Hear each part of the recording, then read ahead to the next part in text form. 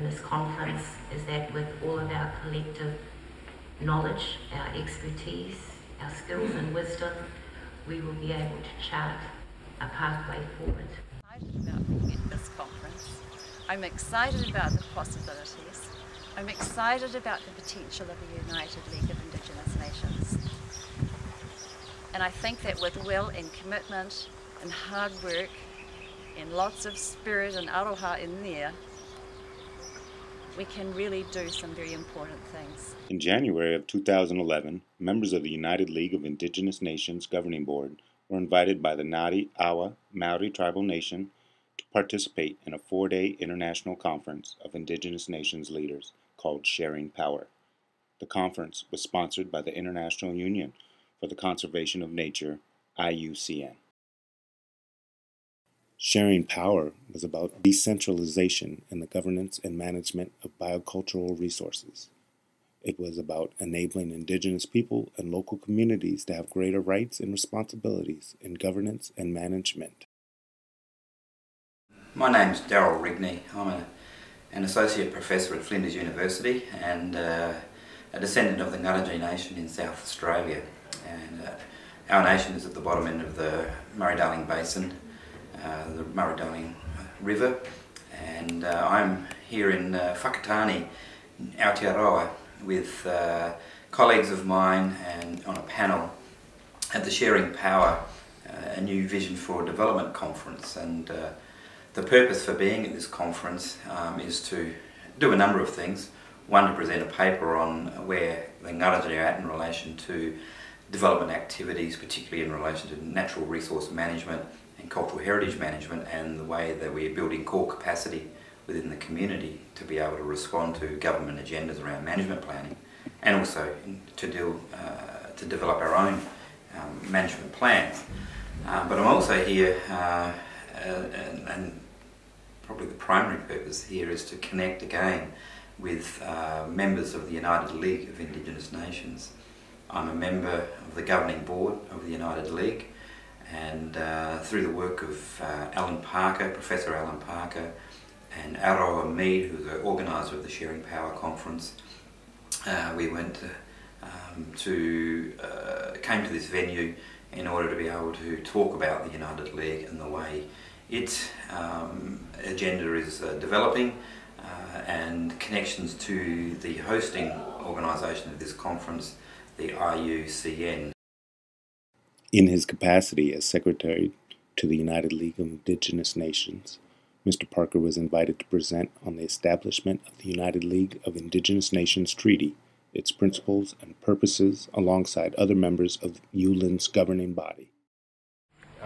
My name is Alan Parker. I'm a citizen of the Chippewa Cree tribal nation of Rocky Boy, Montana, and currently work as a member of the faculty of Evergreen State College in Olympia, Washington.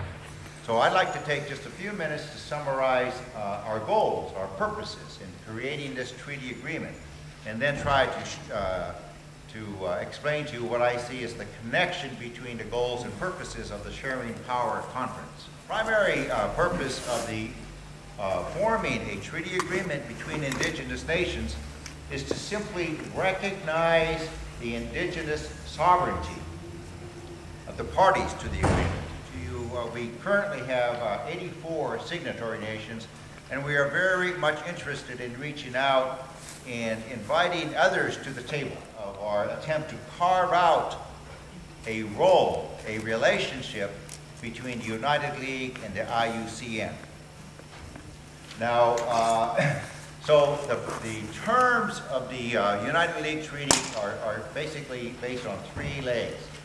One, as I said, is simply the recognition of Indigenous nation sovereignty. Of course, our treaty agreements are nation-to-nation agreements, which is our principle. Secondly, the purpose of coming together was to share our concerns and develop joint strategies to address the issues of climate change impacts. And as a report that I just circulated it and shared with you, designed to summarize the study that we did on climate change impacts across the Pacific Rim.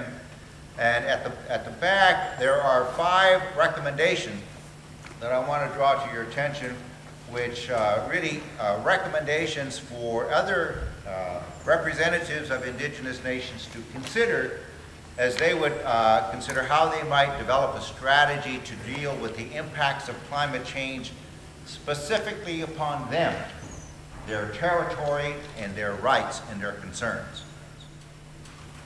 And then second major provision is for development of trade relationships. And again, carrying on trade, nation-to-nation trade, is something that is just simply an inherent practice, an inherent right of indigenous nations. The third, and I think equally important provision of the treaty was an agreement to work together to protect our cultural property interests, our cultural rights. Make a link between the rights expressed in the United Nations Declaration on the Rights of Indigenous Peoples, which, as you know, President Obama announced on December 16th that the United States is no longer opposed to the UN Declaration on the Rights of Indigenous Peoples. Earlier in 2010, Peter Sharples appeared on behalf of the on behalf of the New Zealand government before the United Nations Permanent Forum on Indigenous Peoples, and announced the government of New Zealand's change in their position. And I think Australia was the first of the nations to vote against the UN Declaration, who subsequently changed their position. So we feel like there is a common thread in terms of those fundamental rights recognized in the UN Declaration to the goals of the United League of Indigenous Nations. On January 13th, a panel was convened on challenges, promises, and experiences in indigenous co-management of natural resources.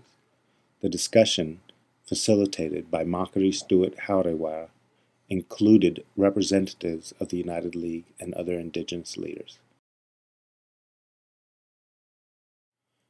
Daryl Rigney of the Ngarrindjeri Nation of South Australia and professor at Flinders University, Adelaide. Daryl was accompanied by his colleague, Steve Hemmings. They presented their work with non-Indigenous governments regarding water management of the Murray River. John Barclay, citizen and water resource manager of the Confederated Tribes of the Umatilla Indian Reservation, who described the work of the Umatilla with their local community to restore indigenous salmon runs within the main stem of the Columbia River and tributaries flowing through the Umatilla land. Makari Stewart Haurewa, Ngati Waitaha, South Island, Professor of Globalization and Indigenous Education at the University of Alberta in Edmonton, Canada. Then it's very important for us to have structures that enable us to meet on that basis. The United League of Indigenous Nations gives us that kind of structure.